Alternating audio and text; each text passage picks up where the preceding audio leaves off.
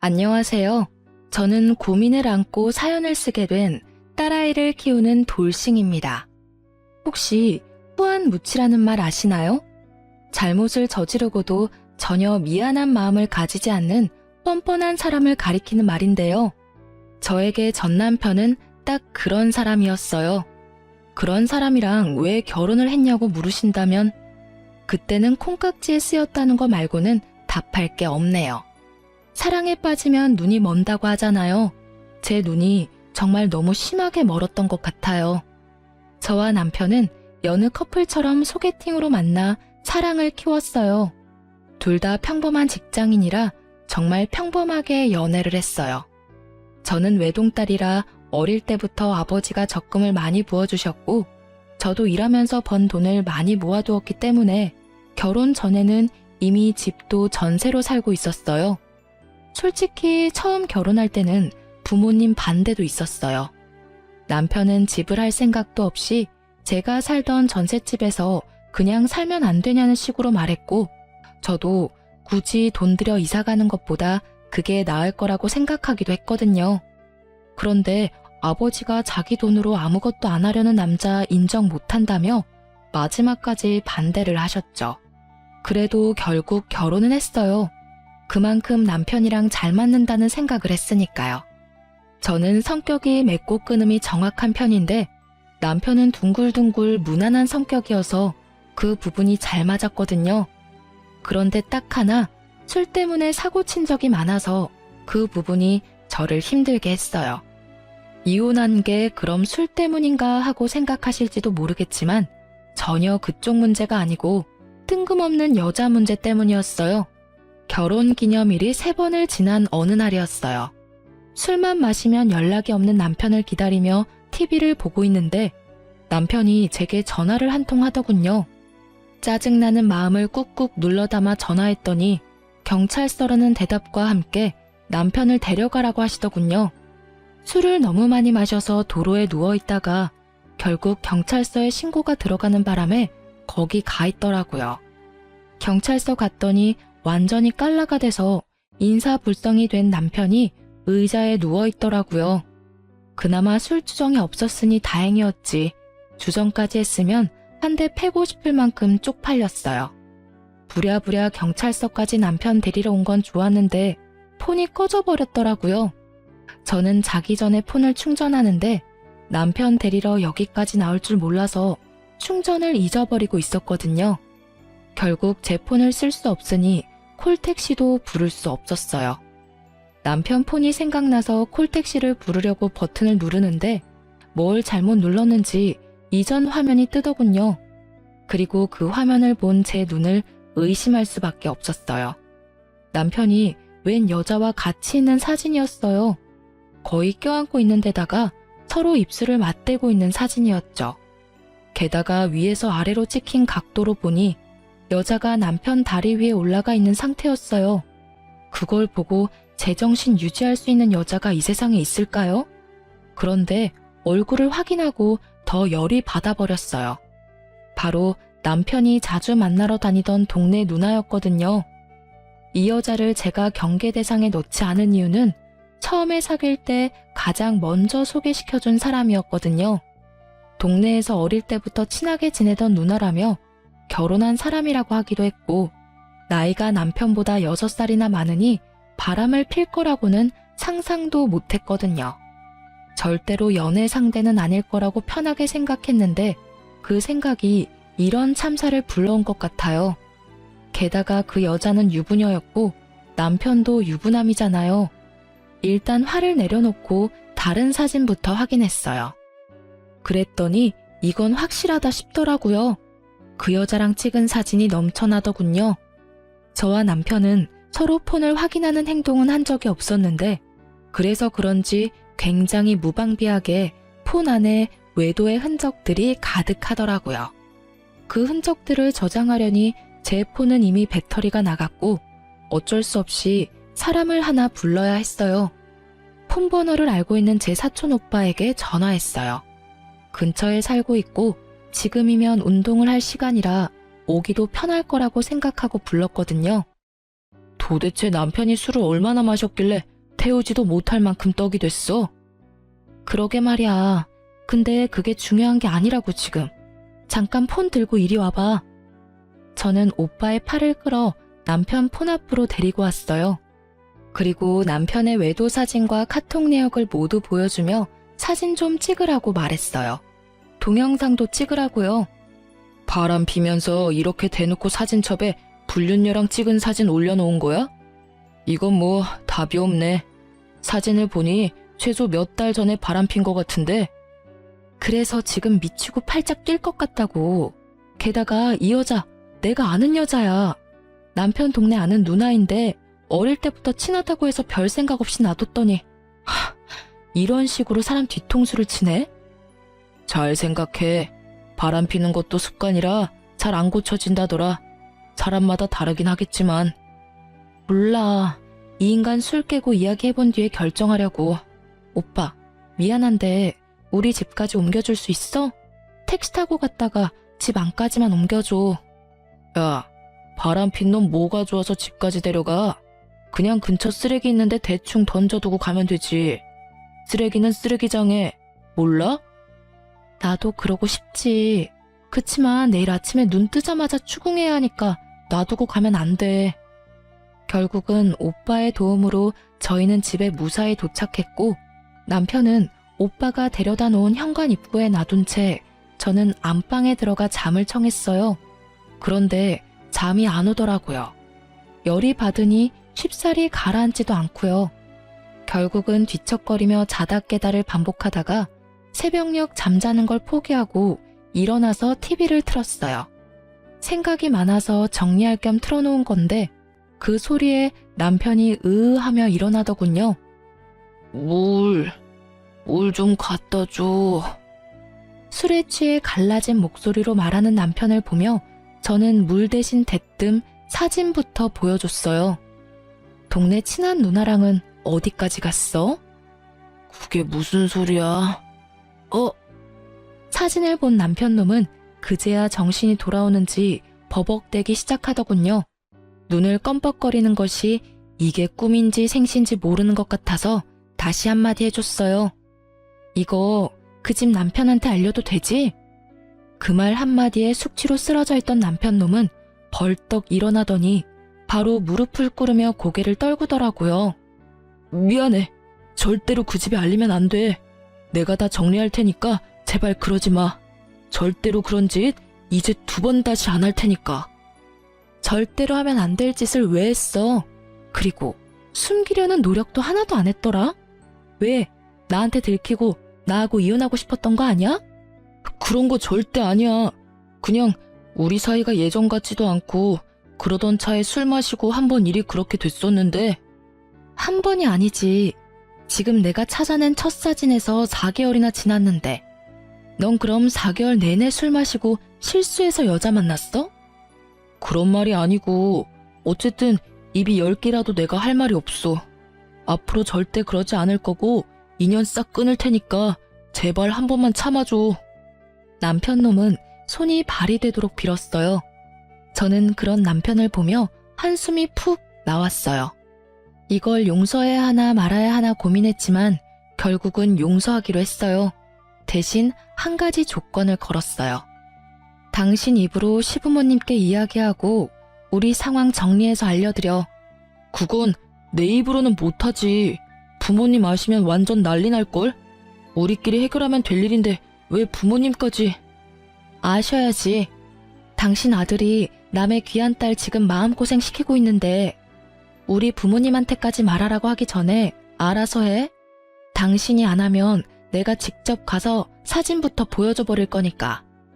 결국 저의 강경한 태도에 남편은 울며 겨자 먹기로 시댁에 가서 이야기를 꺼냈어요. 그런데 시부 반응에 저는 한 번 더 어이가 없었어요. 아가, 살다 보면 남자가 실수할 때도 있는 법이다. 다음부터 그러지 않겠다는 다짐만 받아놓으면 이놈이 바보 천치가 아닌 이상 잘 알아들을 거다.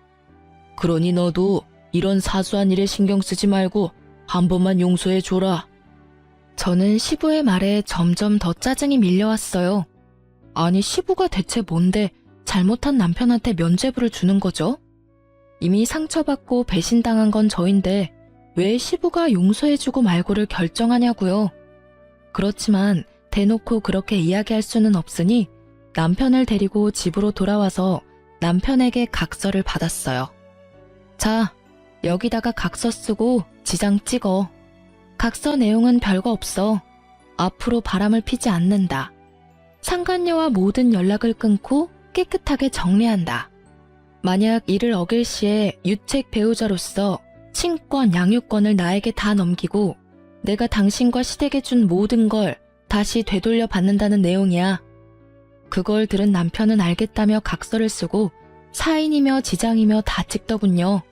저는 남편에게 한 가지 더 조건을 걸었어요. 월급 통장이랑 카드 내역 매달 한 번씩 확인하겠다고요. 돈을 어디다 썼는지 알면 허튼 짓 안 할 테니까요. 그렇게 가정의 평화는 지켜졌지만 뭔가 모를 찜찜함은 여전히 남아 있었어요. 그리고 이 다음 주에 저는 제가 임신 초기라는 걸 알게 됐죠. 잘 됐다고 생각했어요. 큰 산 넘었고 설마 남편이 개또라이가 아닌 이상 다시 이런 일을 벌이지는 않을 거라고 생각했거든요. 제가 상상한 미래는 비온 뒤에 땅이 굳는 거였는데 실상은 달랐어요. 굳다 못해 쫙쫙 갈라져 버렸거든요. 남편이 각서를 쓰고 3개월이 지났을 때 저의 임신은 이제 막 안정기에 들어서게 됐어요. 남편은 제게 외도를 걸린 이후로 집에서는 쭈구리처럼 지냈어요. 당연한 일이었죠. 본인이 제게 잘못한 일이 있으니 집에서 어깨를 못 펴는 거잖아요. 그렇지만 남편이 계속 그렇게 행동할수록 그런 생각이 들었어요.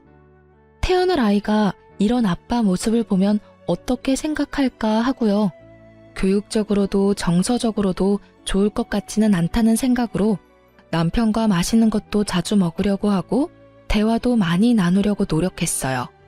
그때의 일을 최대한 빨리 덮어버리고 싶었거든요. 그런데 남편은 떨떠름한 표정으로 제게 맞춰주고는 있었지만 크게 관심은 없는 모습이었어요.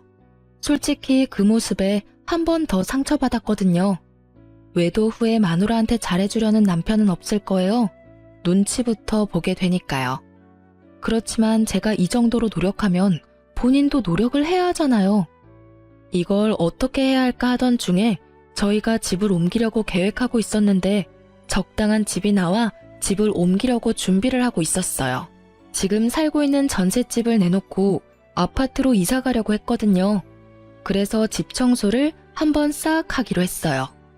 사람들이 집을 보러 자주 올 예정이니 귀금속이나 너무 잡다한 물건들은 당분간 차에 실어놓을 예정이었어요. 제 차보다는 남편 차가 SUV로 크기 때문에 거기 짐을 놓자고 이야기가 됐어요. 남편과 함께 짐을 나르고 있는데 제가 차 안에 있는 물건을 정리하다가 차 키를 잃어버린 거예요. 차 키를 찾으려고 이리저리 둘러보다가 발판 쪽에 떨어뜨렸나 싶어서 조수석 쪽 발판을 들어 올렸더니 아무것도 없더라고요. 그래도 혹시나 싶어 운전석 쪽 발판을 들어 올리려는데 남편이 급하게 다가오더니 차 키 여기 없을 거라며 갑자기 저를 막아서더라고요. 아니, 없으면 없지 왜 막아서는 거지? 이상한 생각이 확 들더라고요. 결국은 남편 저지하고 차 안에 들어가 문 잠그고 발판을 들어봤더니 거기 검은색 폰 하나가 있더군요. 남편 폰과는 다른 기종이었는데 알고 보니 남편 세컨폰이었더라고요. 폰을 열어보니 제 눈을 또 의심할 수밖에 없는 것들을 봤어요. 남편이 또 바람을 피우고 있더라고요. 그것도 저번에 그 누나랑요. 제가 용서해준 지 꼴랑 3개월밖에 지나지 않았잖아요. 게다가 애가 뱃속에 있는데 바람이라니.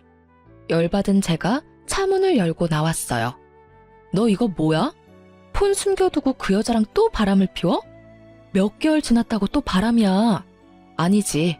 혹시 그때 해결 안 했던 거야? 헤어진다더니 여전히 즐겁게 이중생활하면서 살았던 거냐고. 저는 남편 세컨폰을 열어서 거기 적혀진 카톡 대화들을 읽었어요. 자기야 사랑해. 보고 싶어? 그리고 여동생 남동생? 아, 들키면 동생 이야기라고 둘러대려고 여동생, 남동생이라 적어놨어? 암호까지 정해서 더 주도 면밀하게 나를 속이려고 했다 이거지? 반성 같은 건 아예 한 적이 없네. 내가 용서해준다고 했을 때도 아예 헤어질 생각 없었고 잘 됐다 싶었나 본데 이번에는 못 참아. 당장 이혼할 거야, 이 나쁜 놈아. 어디서 할 게 없어서 계집질이야? 화가 난 저는 노상에서 소리를 질러댔고 남편은 그런 제 모습에 저번처럼 무릎 꿇더니 용서해달라며 질질 짜더라고요. 여보, 미안해. 진짜로 내가 다 잘못했어. 제발 한 번만 더 기회를 줘. 뱃속에 아이를 보면서라도 참아. 용서? 내가 저번에 용서해줬다가 지금 얻은 게 뭔데? 당신 두 번째 바람 펴서 임신한 마누라 뒷골 터지게 만들어놓고 용서? 미안하다고 하면 끝이야? 용서해달라고 하면 다 되는 거냐고. 왜 내가 용서해줘야 하는 건데? 그리고 뱃속의 아이를 생각하면 참으면 절대 안 되지. 너 같은 거랑 인연을 끊는 게 아이 인생에 더 도움되는 일 아니야? 너도 그렇게 생각하잖아. 어느 엄마가 이제 곧 태어날 아이한테 바람핀 거 용서해줬는데 또 바람핀 아버지를 주고 싶겠냐고. 정말 이번 한 번만이야. 앞으로는 절대로 당신이 하지 말라는 건 아무것도 안 할게. 어떻게든 이혼만은 참아줘. 난 당신 없으면 못 살아. 손이 발이 되도록 싹싹 비는 모습을 보고도 더 열이 뻗는 건 아마 첫 번째 외도 때 그 모습을 보고 용서해줬던 저의 바보 같은 모습이 떠올라서였을 거예요.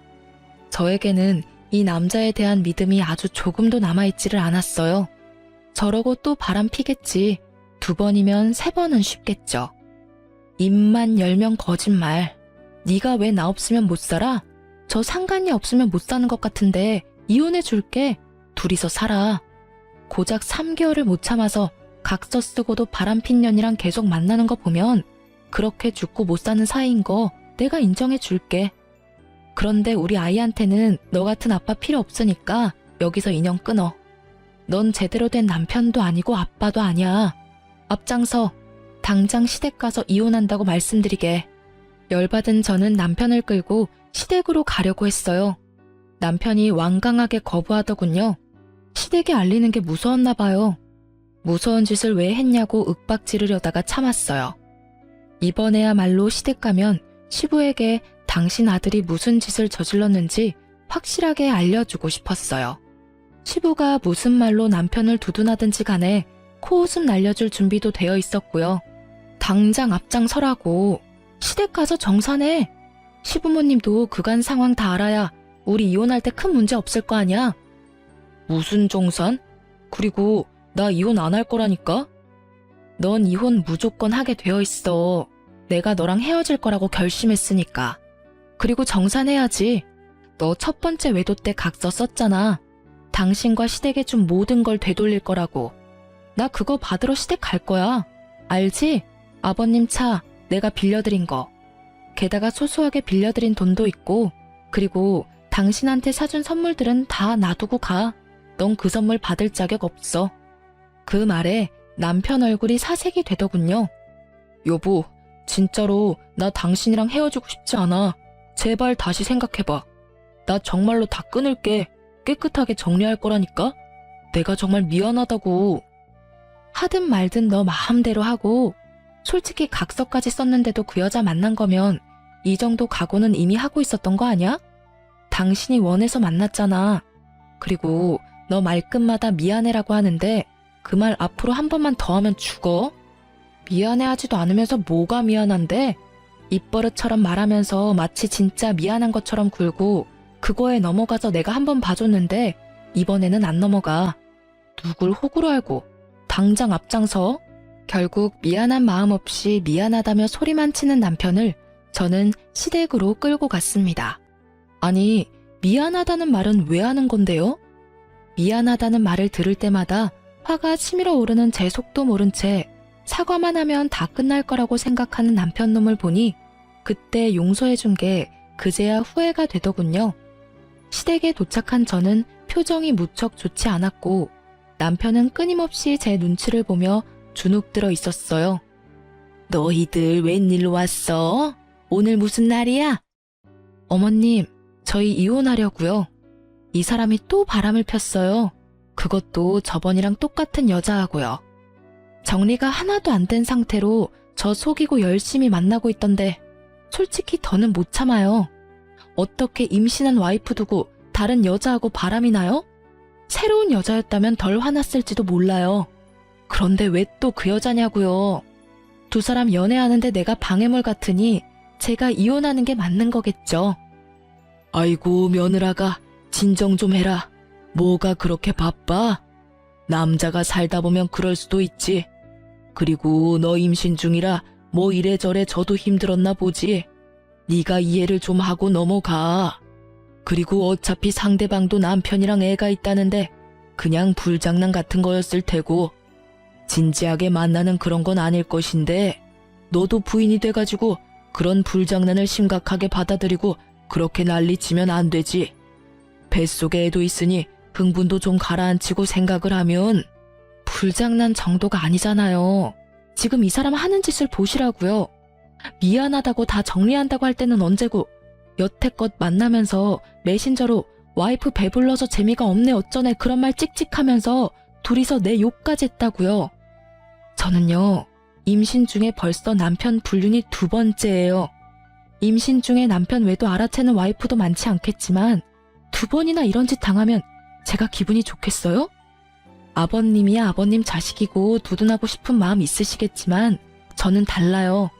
첫 번째 용서가 제 마지막 한계 지점이었거든요. 이번에는 절대 용서 못하고 저번에 남편이 쓴 각서대로 하려고 시댁 온 거예요. 각서? 야, 너는 무슨 각서를 어떻게 썼길래 불똥이 여기까지 튀어? 각서를 보기 전까지 시부는 아주 느긋한 태도였어요. 아들놈 두둔해가면서 각서가 무슨 내용인지도 모르고 말이죠.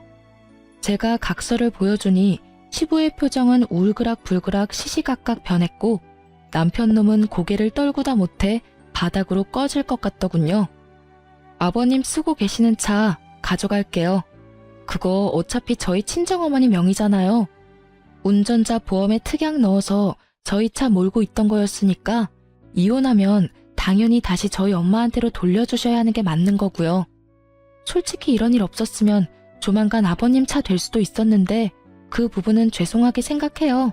제 명의였다면 그것도 재산 분할에 들어가는 거였을 텐데 어머니 명의라서 그냥 돌려주시는 게 깔끔하실 것 같아요. 제 말에 시부가 완전 열받아서 남편 등짝을 후려 패더군요.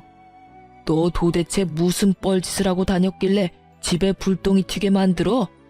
아랫돌이 간수 잘하라고 내가 몇 번을 말했어. 저번에 너 두둔해주고 잘 넘어갔으면 네가 알아서 잘했어야 하는 거 아니냐? 너 때문에 갑자기 이게 무슨 날벼락이야? 시부는 흥분해서 남편을 향해 윽박질렀고 그런 시부를 보면서 저는 웃겼어요. 왜냐고요? 아니 처음에 남편 바람 폈을 때는 자기 차 뺏길 정도로 위급한 게 아니라서 남편 용서하라고 마음 넓은 척 굴더니 결국 자기가 차 뺏길 것 같으니 남편에게 너 잘못했다고 말하는 건 도대체 무슨 심보인지 모르겠거든요. 잘못된 건 잘못된 거고 잘한 건 잘한 거라는 심플한 게 이 집에는 없는 거예요. 잘못했다고 해놓고 여전히 잘못하는 남편이랑 잘못한 걸 크게 잘못한 게 아니니 넘어가라는 시부가 정말 똑같은 사람처럼 보였어요. 결국 남편놈은 시부에게 손이 발이 되도록 빌었고요. 그런데 왜 시부에게 비는 건지 모르겠더라고요. 빌려면 저한테 빌어야 하는 게 맞지 않았을까요? 시니컬한 표정으로 쳐다보고 있는데 시부가 저한테 급조된 미안한 표정으로 말했어요. 아가, 정말 미안하다. 내가 자식을 잘못 키웠어. 내가 그런 짓 절대로 못하게 할 테니 이번 한 번만, 딱 한 번만 더 용서해 주려무나. 이놈이 100번 1000번 잘못했지만 죽을 죄를 지은 것도 아니고 그 여자랑만 잘 떼어놓으면 너도 마음이 편할 테니까. 죄송하지만 용서할 생각이 없어요. 그런 마음도 안 들고요. 100번 1000번 잘못했으면 100번 1000번 벌 받아야 하는 게 마땅하고요. 저는 벌을 주는 사람은 아니니 제가 줬던 걸 다 돌려받을게요. 아버님한테는 차를 돌려받고 남편에게는 딱히 돌려받을 만한 것도 없으니 이혼할 때까지 우리 신혼집에서 나가줬으면 좋겠네요. 뭐? 그 집에서 나가면 난 어디서 살아? 아버지 집도 너무 멀고 직장에서는 더 멀다고. 집에서 내쫓는 건 좀 너무하잖아. 다시 이야기를 잘 해보고. 집에서 내쫓는 게 왜 너무해? 그 집 계약할 때 너 나한테 땡전 한 푼이라도 준 거 있어? 아니면 그 집 유지비를 네가 주기를 했어? 그 집도 내가 가져온 내 전셋집이잖아. 넌 거기 그냥 네 집만 들고 들어와 살았고. 그러니까 가볍게 집만 들고 나가면 되지. 그리고 시댁 멀면 그 상간녀 집에 가서 재워달라 그래. 얼마나 좋아하겠어? 죽고 못 사는 남자친구랑 만나면 좋아하겠다. 그치? 웃기는 소리 하지 말고 나 진짜로 갈 데 없다고. 집에서 내쫓는 건 너무하지. 나 절대로 그 집에서 안 나갈 거야. 내가 말했잖아. 제발 좀 들어봐. 나 진짜 미안하고 그 여자랑 완전히 다 끊겠다니까. 의심 하나 없애도록 매일 위치 추적 앱도 설치하라고 하면 하고 통장 내놓으라고 하면 그것도 다 줄게. 제발 집에서 나가라고만은 하지 마. 그 여자랑 인연을 어떻게 끊게? 저번에도 끊는다고 해놓고 못 끊었지? 아니지. 끊었는데 다시 이었나? 어쨌든 결과적으로는 두 사람이 여전히 만나고 있으니까 둘이서 그렇게 죽고 못 사는데 내가 이혼해 줄게. 둘이 같이 살아. 그 여자도 그 남자랑 이혼하면 너랑 잘 살 수 있겠네. 집도 없이 둘 다 똑같이 위자료와 상간소송비 갚으면서 잘 살면 되지. 안 그래? 그러니까 그게 안 된다고. 우리는 그렇게 깊은 사이가 아니야. 진짜 그냥 즐기기만 하는 사이였고 술 마시면 만나는 그런 사고 같은 거였다고. 제발 여보. 그러니까 술 마시면 만나는 사람이면 술을 안 마시면 안 만났을 거 아니야. 그럼 네가 술을 마신다는 선택을 한 것부터가 네가 반성을 안 하고 있었다는 거지. 뭐 깊고 낮고 그런 거 나는 모르겠고 그냥 이혼하고 양육권 친권 나한테 다 넘겨. 어차피 너 유책 배우자라 그거 다 못 가져가. 집도 없고 이제 빚만 남을 건데 뭐. 대신 애 양육비는 꼬박꼬박 보내. 남편은 대답도 못하고 그저 한숨만 푹푹 내쉬더라고요.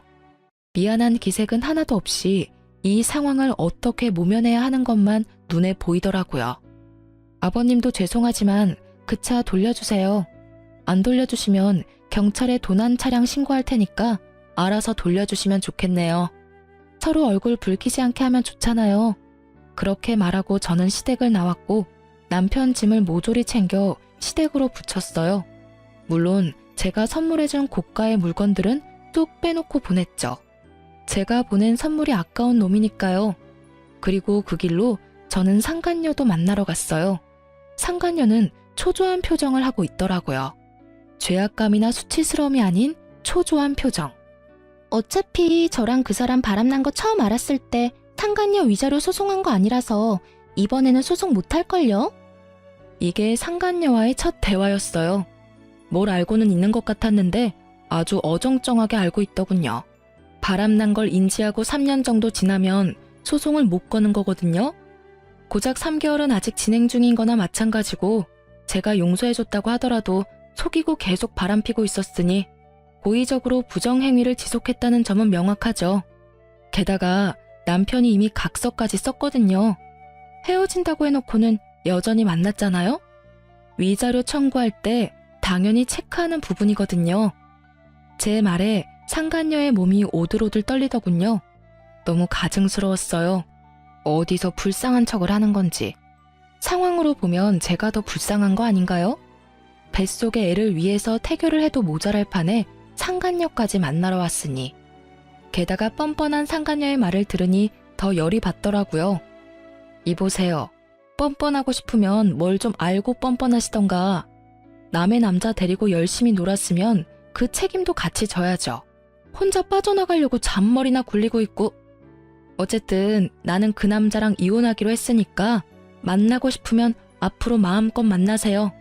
대신 저는 당신한테도 위자료 청구할 테니까 그 부분은 알아서 하시고요. 내가 상간녀니까 위자료 청구받는 거는 어쩔 수 없다고 생각해요. 그런데 집에 법원 등기 같은 건 보내지 말아줘요. 남편이 알면 곤란하거든요. 아직 저희 남편은 모르고 있고 저한테도 가족은 소중하니까. 뻔뻔함을 넘어서는 인간 실격의 태도에 저는 버럭 소리 질렀어요. 가족이 소중하다는 사람이 왜 바람을 펴요? 웃기고 있네 진짜. 당신 가족은 소중하고 내 가족은 소중하지도 않아? 이렇게 좋게 봐주려고 했더니만 자기가 잘못한 주제에 나한테 이래라 저래라 하고 난리야. 당신 지금 주제 파악이 안 되나 본데 나는 당신 용서해주러 온 거 아니에요. 솔직히 지금도 당신 남편한테 가서 먼저 이룰 수도 있는 거 귀찮아서 여기까지 와서 꼴 보기 싫은 당신 얼굴 보고 있는 거라고. 이것들이 사람이 마음 써주니까 아주 호구로 보이나 봐. 둘이 아주 똑같은 것들끼리 붙어먹어서는 당신 남편한테 지금 이야기해주러 갈까요? 바람 펴서 남의 가족 파탄낸 주제에 자기 가족은 소중하다며 등기를 집으로 보내지 말라는 상간녀 말에 완전 빡친 저는 흥분을 가라앉히지를 못하겠더라고요. 제가 열받아서 소리친 게 먹혔는지 상간녀는 아무 말도 안 하고 제 눈치만 보고 있었고요. 우편물이 어디로 갈지는 내 마음이니까 그때까지 가슴이나 졸이고 사세요. 그렇게 이야기하고 나오는데 현기증으로 머리가 핑 돌더라고요. 너무 신경을 많이 썼는지 몸이 안 좋아진 것 같더라고요. 결국은 정신력을 소모하기 싫어서 이혼 전문 변호사를 찾아가 맡기기로 했어요. 결국 이혼은 합의가 아닌 소송으로 들어가게 됐고 이혼 소송 진행하면서 상간녀 소송도 같이 진행했어요. 그리고 저는 이혼 소송 중에 딸아이를 출산했어요. 그 아이를 낳을 때 남편이 없어서 친정 어머니가 들어오셨는데 그때만큼은 정말 서럽게 울었어요.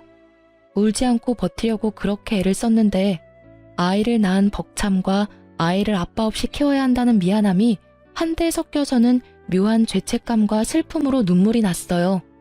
이번 한 번뿐이다. 오는 건 지금뿐이라고 되뇌이며 딸아이를 홀로 키웠어요.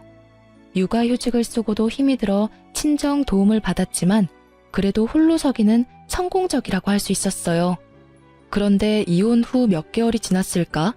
갑자기 전 남편이 딸아이가 보고 싶다며 면접 교섭권을 써서 아이를 만나러 왔더라고요. 처음에는 이 사람도 혼자 지내면서 애 얼굴 보고 싶었겠구나 하고 마음이 좀 쓰였는데 애 보러 와서는 저한테 계속 사정사정 하더라고요. 당신 혼자서 힘들지? 내가 곁에 있어주면 진짜 덜 힘들 거야. 나 애한테도 잘하고 집중할 자신 있어. 그러니까 우리 다시 만나지 않을래? 당신도 힘들잖아. 싱글맘이 얼마나 힘든데. 내가 도와줄게. 저번 일 모두 만회하고도 남을 만큼 내가 헌신적으로 할게. 갑자기 이렇게 말하길래 이놈이 진짜 정신이 나갔나 싶었어요. 갑자기 왜 다시 만나자고 해? 그 여자랑 잘 안 돼? 상간녀가 이혼 안 하려나 보네. 그럼 더 잘 된 거 아니야? 눈치 보지 말고 마음껏 여자 만나면서 살면 되지. 그 여자는 안 돼. 나 지금 당신이랑 그 여자 두 사람한테 양육비 줘야 해서 큰일 나게 생겼다고. 나는 맹세코 그 여자애가 내 애인지는 몰랐어. 그리고 피임도 확실하게 했었다고. 언제 임신이 됐는지 모르겠는데. 여기까지 듣고 나니 그럼 그렇지 하는 생각이 들더군요. 정신이 돌아올 리가 없죠. 고작 3개월 만에 바람피는 놈인데 몇 개월 됐다고 제정신이 돌아오겠어요? 점점 썩어가는 제 표정은 아랑곳하지 않고 전 남편 놈의 이야기는 계속됐어요. 들어보니 웃기지도 않더라고요. 제가 출산한 때에 상간녀도 임신 6개월 차였다고 해요. 당연히 상간녀 남편도 제 전 남편도 상간녀의 뱃속에 있는 씨가 당연히 상간녀 남편인 줄 알았다고 해요. 그래서 상간녀 남편이 상간녀를 극진히 모시면서 살았는데 제가 그때 위자료 소송도 같이 했잖아요. 그때 결국은 상간녀 집 주소로 손해배상 우편물이 가는 바람에 상간녀 남편이 알게 된 것 같더라고요. 결국 불륜 사실을 알게 된 상간녀 남편이 뱃속에 애가 누구 애냐며 난리를 친 건 어찌 보면 당연한 일이겠죠. 그런데 상간녀는 그 상황에도 대쪽같이 뱃속의 애는 자기 남편 애라며 실랑이까지 했다고 해요. 상간녀의 남편도 애가 나오기 전까지는 알 길이 없는 데다 여자가 극구 자기 아들이라고 하니 긴가민가 했대요. 그렇지만 일단 불륜은 했다는 게 확인이 되었으니 용서할 마음은 없었나 보더라고요. 결국 두 사람은 출산 전까지는 별거했다고 하더라고요. 그 얘기를 듣는데 살짝 놀랐어요. 그 여자가 무슨 생각으로 애를 낳을 생각을 했는지 모르겠어요. 어차피 확률이 반이니까 그쪽일 가능성이 있다고 생각해서 아이를 낳으려고 했던 것 같은데 결국은 나쁜 선택이었어요. 1년 채워 애를 낳고 당당하게 유전자 검사를 했는데 상간녀 남편의 아이가 아닌 제 전 남편의 아이였다고 판명난 거죠. 결국은 전 남편은 졸지에 친자식이 둘이나 생긴 거였어요. 그리고 이후 상간녀는 남편에게 이혼당하고 위자료 갚고 있고 제게 줄 상간녀 위자료도 갚아야 했으니 결국은 전 남편에게 찾아와 붙으려던 거였죠. 애가 둘이나 생겨서 좋겠네. 그냥 둘이 같이 살면서 벌면 되잖아. 근데 왜 나랑 다시 살자고 해? 좋아하는 사람이랑 같이 살아. 이제야 마음 편한 나 건드리지 말고. 그 여자 결국 이혼당하고 나한테 왔는데 애 들이밀면서 책임지라고 결혼하자고 하는 거야. 근데 생각해봐. 그 여자 이혼당하면서 유책 배우자 돼서 위자료 내야 하는데 당신이 낸 상간녀 위자료 소송도 결국에는 위자료 지급해야 하잖아. 그런 상황에서 나한테 오면 나라고 별 수 있어?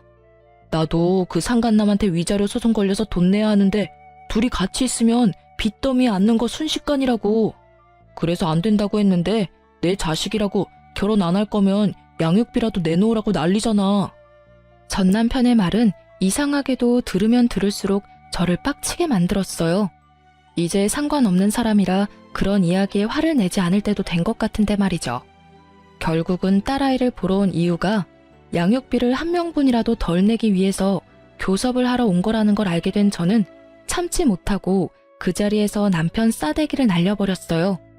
남들이 보든 말든 부끄러움보다는 이놈을 그냥 놔두면 안 되겠다는 생각이 더 컸거든요. 야, 이 썩을 놈아. 네가 뭘 잘해서 지금 여기 와서 합치자는 소리를 해? 상간녀 임신시킨 게 내 잘못이야? 양육비를 두 사람한테 주려니까 아까워? 그럼 그런 짓을 하지를 말았어야지. 역시나 사람은 고쳐 쓰는 게 아니라더니. 너 제정신 돌아올 줄 알았던 내가 미친년이지. 내가 지금 무슨 생각을 하는지 너한테 알려줘? 아랫돌이 잘못 눌려서 집안 풍비박산 만든 건 물론이고 지 인생까지 스스로 나락 보내버리는 한심한 놈하고 지금이라도 이혼해서 정말 다행이라고 생각해. 알아? 네가 우리 딸 핑계대고 여기 와서 그런 말 하지만 않았어도 이 정도로 화나지는 않았을 거야. 저는 딸애가 1살도 안 되어 말을 이해하지 못하고 있다는 것에 정말 깊은 감사를 할 수밖에 없었어요. 만약 이 아이가 커서 이 한심한 놈이 아빠라는 걸 안다면 정말 생각만으로도 끔찍해요. 딸아이에게는 차라리 아빠의 존재를 숨겨버리고 싶을 만큼이었어요. 남편 놈은 저한테 한 대 맞고도 정신을 못 차리는지 배째라식으로 누워 애처럼 떼를 쓰더군요. 몰라. 나도 지금 너무 힘들다고. 당신이 안 도와주면 파산해서 양육비고 뭐고 아무것도 못 보낼 거라고. 그러니까 당신이 좀 알아서 해줘. 그쪽이랑 다르게 우리는 부부 사이였잖아. 작년까지만 해도 부부 사이였었지. 지금은 아니고. 잘 됐다고 생각하라고. 두 사람 사이에 어떤 방해물이 있어도 잘 만날 자신 있던 거 아니었어? 그깟 위자료 양육비 같은 거 크게 신경 쓰지 말고 만나. 그 여자도 남편이랑 헤어졌다니 잘 됐잖아. 알콩달콩 위자료 갚으면서 그쪽 아기 재롱 보면서 살아. 나랑 사느니 그 여자랑 사는 게 더 마음 편할 거 아니야? 전혀 마음 편하지 않다고. 당신도 잘 생각해봐. 애가 얼마나 힘들겠어? 아빠 빈자리를 느끼면 나중에 우리 아빠 어딨냐고 물으면 어떡할래? 그런 일 있을까봐 미리 당신한테 이야기하는 거라고. 찌질한 새끼. 정말 욕하고 싶은 걸 절실히 참으며 뻘소리 짓거리는 남편에 소리쳤어요. 나랑 살면 마음 편할 것 같아? 그러게 왜 아빠 빈자리를 느끼게 할 짓을 했냐고. 그랬다고 내가 당신한테 기회를 안 준 것도 아니잖아. 이미 한번 용서했으면 그때 깨끗하게 헤어졌었어야지. 그러면 이런 일 없었을 거 아니야. 그 여자 다시 만나려고 생각했을 때는 이런 일 생각도 못했지. 앞날을 좀 생각하고 살아 이 나쁜 놈아. 그리고 나는 네 상간녀 바람막이는 절대 안 될 거야. 그리고 내 새끼 양육비도 절대로 다 받을 거고. 당신이 안 주면 당신 어머니 아버지한테까지 가서라도 받아올 거니까 알아서 잘 처신해. 한 줌의 용서도 없는 제 목소리에 남편 놈은 다시 또 질질 짜며 불쌍한 얼굴로 저를 쳐다보더라고요. 미안함은 전혀 없으면서 미안하다고 말하며 지가 원하는 것만 말하는 놈이 용서를 구하는 것 자체가 거짓인 거잖아요. 이때 정말 후안무치라는 말이 딱 떠올랐어요. 표정만 미안하고 전혀 미안함을 못 느끼는 사람이 전 남편이었던 거죠. 그렇게 전 남편을 놔두고 씩씩거리며 딸애를 데리고 나오는데 정말 눈물이 줄줄 났어요. 슬픔이 아니라 분노의 눈물이요. 저딴 미친놈도 내 딸이라고 결국 면접 교섭권을 쓰면 만나게 해줘야 한다는 게 너무 싫었거든요. 전 남편놈 하는 꼴을 보니 이번 한 번으로 끝날 것 같지도 않았고 볼 때마다 저지랄 할 것 같아서 앞으로가 더 답답했어요.